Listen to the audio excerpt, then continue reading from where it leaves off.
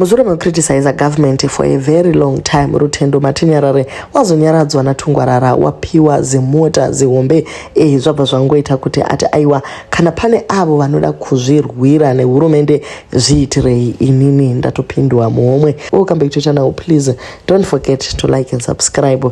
Nyaya yacho kune vasingazive pane murume anonzi Rutendo Matinyarare. He's been known for recording for the past few months ane conversation yakaita naTemba Mudiswa yaiburitsa kuti Tagwirei hachawirirana nemukuru to counter yakaburiswa kwa Java. So pane ma recordings akasiyana siyana anga achiedza kuandamaina mukuru wenyika.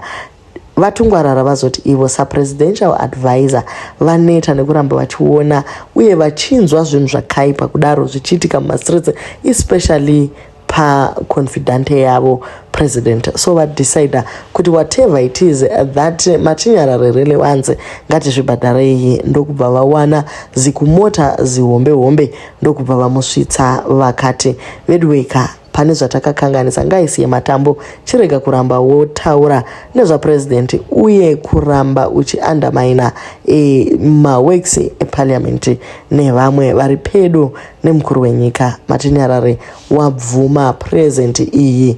Izvo zvinova zvashungurudza ruzhinji rweZimbabwe kuti ko isusu tichifunga kuti iwewe ndiwe politician achamira pachokwadi, but watongoti confuse kondeipi manje yauri kutamba iyi. Thomas Chizhanje wanyora an open letter kuna Rutendo Matinyarare. I have followed your political journey for years, and that is precisely why I am writing this letter. You were not born inside the ZANU-PF establishment. You built your name challenging Robert Mugabe and exposing what you believed was wrong with the old order. When the military intervention of 2017 happened, you became one of the strongest supporters of the new administration. You defended President Emmerson Mnangagwa when many Zimbabweans doubted him. You defended the Second Republic. You defended the anti-sanction campaign with a level of energy that even many ZANU-PF officials could not match. You asked the Zimbabweans to believe that a new era has arrived. Then something changed. When the debate around Constitutional Amendment number 3 and the 2030 agenda emerged, you suddenly became one of the loudest voices, warning that the country was abandoning constitutional principles. You criticized the very leadership you had spent years defending. For the first time in a long time, many Zimbabweans who had disagreed with you began listening to you. Not because they had become your supporter, but because they believed that you were finally putting principle ahead of loyalty. Now, after meetings, reconciliation efforts, and public displays of goodwill from people close to the power, your tone has changed once again. That is why people are asking questions, not because you reconciled, not because you accepted peace, but because Zimbabweans are tired of public figures whose principles seem to change whenever their relationship with power changes. When you defended Mnangagwa, you spoke with certainty. When you attacked the 2030 agenda, you spoke with certainty. Now that you are reconciling with the same people you recently criticized, you again speak with certainty. The country cannot be wrong in all three moments. Either the concerns you raised about constitutionalism, governance, and the future of Zimbabwe were real, or they were not. If they were real, they did not disappear because relationships were repaired. If they were not real, then Zimbabweans deserve an explanation. What many citizens see is a cycle that has damaged this country for decades. People challenge power when they are outside the room, then soften when they are invited back inside. Zimbabwe does not need more political converts. It needs consistency. It needs people whose positions are guided by principle, not proximity to power. Your greatest contribution to Zimbabwe will not be defending a president. It will not be defending a party. It will not be defending a faction. It will be defending the truth, even when the truth becomes uncomfortable for your friends, your allies, and yourself. That is the Rutendo Matinyarare many Zimbabweans are still waiting to see. Imikane zvakaoma. Matinyarare waratidza kuti activism dzevanhu vane nzara zvinoita kunge kuchema kwemwana kungoiswa bota mumukanwa munhu anobva angonyarara. Iyi step yaitwa naTungwarara yekuti vape mukoma namota yasiya chero imo muZANU-PF macho mune vanhu vakangoti kana nazvo taurai kundishaya wati I may be lost because not everything is known, but once Ruru collects the vehicle, will the insults he made against the President of the Republic of Zimbabwe then be dissolved? One may ask, by giving him a car, are we saying, number one, you have insulted enough, you may stop now, job well done? Number two, your insults need fast and more reliable transport to travel faster. Number three, insults to the highest office are a currency to buy luxury. My understanding is that if somebody insults leadership, then as a returnee or prodigal son, the first step is to apologize. At first, I thought he had an issue with Kuda Tagwirei, as he claimed. So why did he end up insulting President ED, the First Lady, the First Family, and others ZANU-PF leaders? Well, he is lucky to be the first individual to receive a gift for undermining the president. Others ended up in police cells. Is he going to unspeak what he spoke? I thought we all in the party believed that President ED has done so well, that he deserves a term extension to complete projects. Ruru thinks otherwise. Will the car change him? So Geza deserved a car as well. So did Knox and Nyoka Mabono. Matinyarare wati aiwaka Matinyarare isenemu yangu asinini Rutendo Benson andisi kumbonyarara ati iye taurai. First, let us straighten out the record. Dr. Paul Tungwarara, in the interest of reconciliation, approached me and said that for someone who has done so much work for the country and the party, there was a need for us to dialogue and re-engage in the same way that our government is re-engaged with white colonizers who killed thousands of our people, Western countries that sanctioned us and killed millions of our people, and the opposition that called for sanctions. He also acknowledged that people like boss Kuda Tagwirei failed to honor their mandate to pay me for the work that was mandated by the president to get me to do and then compensate me. To this day, I still owe lawyers in South Africa for a job I did for the nation and finished because Kuda did not settle his debt. Dr. Tungwarara then offered a car as a token of his appreciation for the work I have done for this country and for ZANU-PF, and invited me for a round-table discussion. He then also asked me to de-escalate. Let me remind you that ZANU-PF and the government have given the same cars to the opposition and to people who have criticized the president, even more than me, but who have not done even 1% of what I've done for President Mnangagwa's government and this country. Who in Zimbabwe do you believe has done the same amount of work as I did in fighting and removing sanctions to create the economic climate that we are now operating in? Who do you believe sacrificed more in the last 8 years, more than I did to remove sanctions on Zimbabwe? But did you ever thank me or reward me for doing such great work for the Second Republic of this government? For you to now talk about punishing me and jailing me? Who in their right mind thinks of jailing someone who has saved their nation from civil strife and economic hardships, which you did not compensate me for, leaving me to carry a financial burden? My brother, I have my own cars. So in as much as I appreciate what Dr. Tungwarara has done for me, I can survive without a handout of a car. It is because of this generous gesture by Dr. Tungwarara that I am de-escalating in the spirit of ensuring unity rather than division. But now you want to demean me for doing that. Do not take it for granted, because I have conviction in my cause. And if you and your boss feel that you would rather we fight than have peace, then we re-escalate. What annoys me about people like you is that you re-engaged whites who hate you, sanctioned your nation, and sabotaged ZANU-PF. But you cannot accept someone reconciling with me who saved this country more than most. Then let us continue to fight if you want. The person owed an apology is me. I fought for this country when it was unfashionable. I was ostracized by global white corporations that were my clients and cancelled by media for standing with Zimbabwe when everyone was meant to hate it. Instead of being rewarded as promised, I was ridiculed and insulted that I never removed the sanctions, and worse still, I was left with legal debt. Even you take shots at me as if we are on the same level It was me they sent to speak to the NC and to convince them to support our fight against sanctions. It was me they asked to try and prevent ZEP holders from being ejected from South Africa.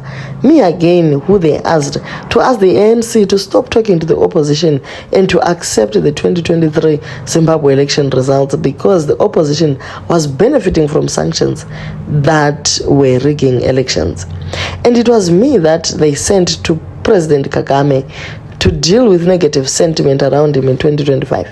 And me, who began telling the good Zimbabwe story, that is us all now appreciating the great work that our president has done. But I was not rewarded.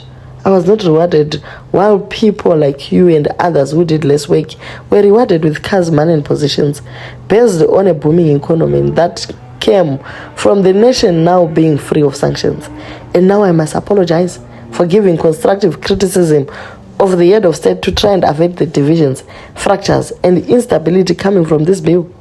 But before you talk about me apologizing, did you compensate me for the work I did for this nation that has made this country more manageable? Did you apologize for not recognizing my work and for benefiting from it without paying the debts that tie me down from that fight? As Sun Tzu teaches the art of war, effective discipline and rewards are two sides of the same coin. You cannot discipline without rewarding good deeds that came first. Ndo mashoko Matinyarare vati aiwa ivo vari kuda kutaura zviri pakadzika pemoyo wavo, vari kuda kutendwa kuti ndivo vakamisa maZEP holders kuburitswa muSouth Africa, vakabvisa masanctions, vakaita basa rose iri. Asi Paul Tungwarara, presidential advisor, wati iye haiwa kabodo.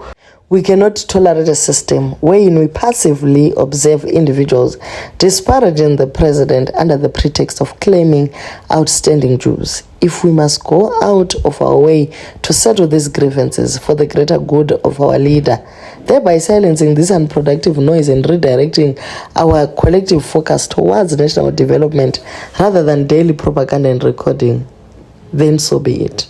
A significant number of individuals have already overcome their past grievances to return to the fold, pledging their support to ZANU-PF and the president, with some even crossing over from the opposition. Ultimately, our success depends entirely on how we engage with those who have not yet embraced the president's vision, ensuring they are integrated into our collective march towards 2030. My purpose is not to fuel social media hostility against the president. Rather, I am resolute in my commitment to intercept and neutralize these attacks by any means necessary. It is far better that public scrutiny be redirected towards me than to permit the entire nation to be distracted by baseless assaults on the president, particularly when these matters can be swiftly resolved by addressing the minor financial claims in the question. Thank you and have a blessed Sunday. Asi vamwe vari kuti aiwa katungwarara. In a democracy, you don't have to silence anything.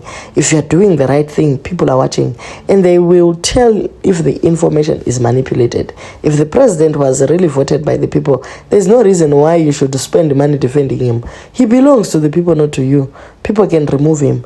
And if he is not delivering, do you know that you guys are employed by the citizens? Where do you guys get the money to silence your critics? Imigan zvakaumazvo iye Matinyarare Benseni wati iye, firstly, let me start by saying that I have never met or spoken to President Advisor Dr. Paul Tungwarara until he approached me online yesterday. During this public engagement, like a true leader, he extended a hand of reconciliation through the gesture of a vehicle, which he said was in recognition of the work I've done for the country. He then invited me to a round-table discussion to understand why I am publicly opposing CAB3, critiquing the president's work and expressing my separate frustrations regarding the government's non-payment in relation to my fight against sanctions. We subsequently had another discussion offline, during which he explained to me that the president is not responsible for my non-payment for the sanctions work, but that responsibility lies with the Kuda Tagwirei, who was mandated to work with me. Additionally, he informed me that he would engage the president and all stakeholders on the way forward. As a result, in the same way that talks about ZAPU and ZANU led to the Unity Accord, and discussions between MDC and ZANU-PF led to the Government of National Unity, we are going to have frank discussions and seek a suitable way to navigate our differing political positions around the CAB3. I also informed him that contrary to the perception of some, I have no issue with the President, the First Lady, or the First Family. I have merely expressed the same constructive criticism on certain issues that I have raised since President Mnangagwa assumed office. And he has never taken issue with me criticizing him before, because he has always been a listening president who allows open and frank discourse. I also considered that if indeed the president or I might feel that any of my critique bordered on disrespect, I, as a child of Zimbabwe, who has served the country loyally, would be willing to apologize publicly to eliminate any notion that I advocate for the disrespect of our leaders. I'm a leader in our society, and all the work I have done, from fighting sanctions, combating xenophobia, and the expulsion of ZEP holders in South Africa, defending Brand Zimbabwe, telling the good Zimbabwe story through documentaries on Trabablas, Geopomona, Champion Foods, Manize, David Whitehead, Kaya Cement, and others, to travel to Congo and Rwanda to assist efforts to end the conflict, has been done to advance Zimbabwe and support the president's work because I believed in his vision for the country. My views on CIB3 do not stem from the non-payment issue, as has been suggested by those who attacked me in defense of Kuda Tagwirei, but it has been based on my own political outlook. I understand from the presidential advisor that he intends to engage all the relevant stakeholders in an effort to reconcile us and restore and strengthen the unity we have always enjoyed. Lastly, the false notion that Dr. Tungwarara and I knew each other beforehand, or that he sent me to air my views against CAB3 or the performance of the president, is unfortunate. The man now appears to be facing criticism simply for attempting to reconcile me with the party and the president whom I have supported since he came into office. All the president's advisor is trying to do is foster reconciliation between one of the country's strongest advocates and its leadership, in much the same way that the president himself has pursued re-engagement with the Western world and with those in the political opposition with whom he has previously differed. Our nation has a long history of reconciliation, from the Unity Accord in 1987 to the Government of National Unity in 2009 and Pollard, which I worked closely with in efforts to bring an end to sanctions on Zimbabwe. What the president's advisor is doing aligns with the spirit of Zimbabwe, and I applaud it. Let those who seek to divide us not succeed in sowing a division. Vedweka, there are no permanent friends or enemies in politics, but there are permanent ambitions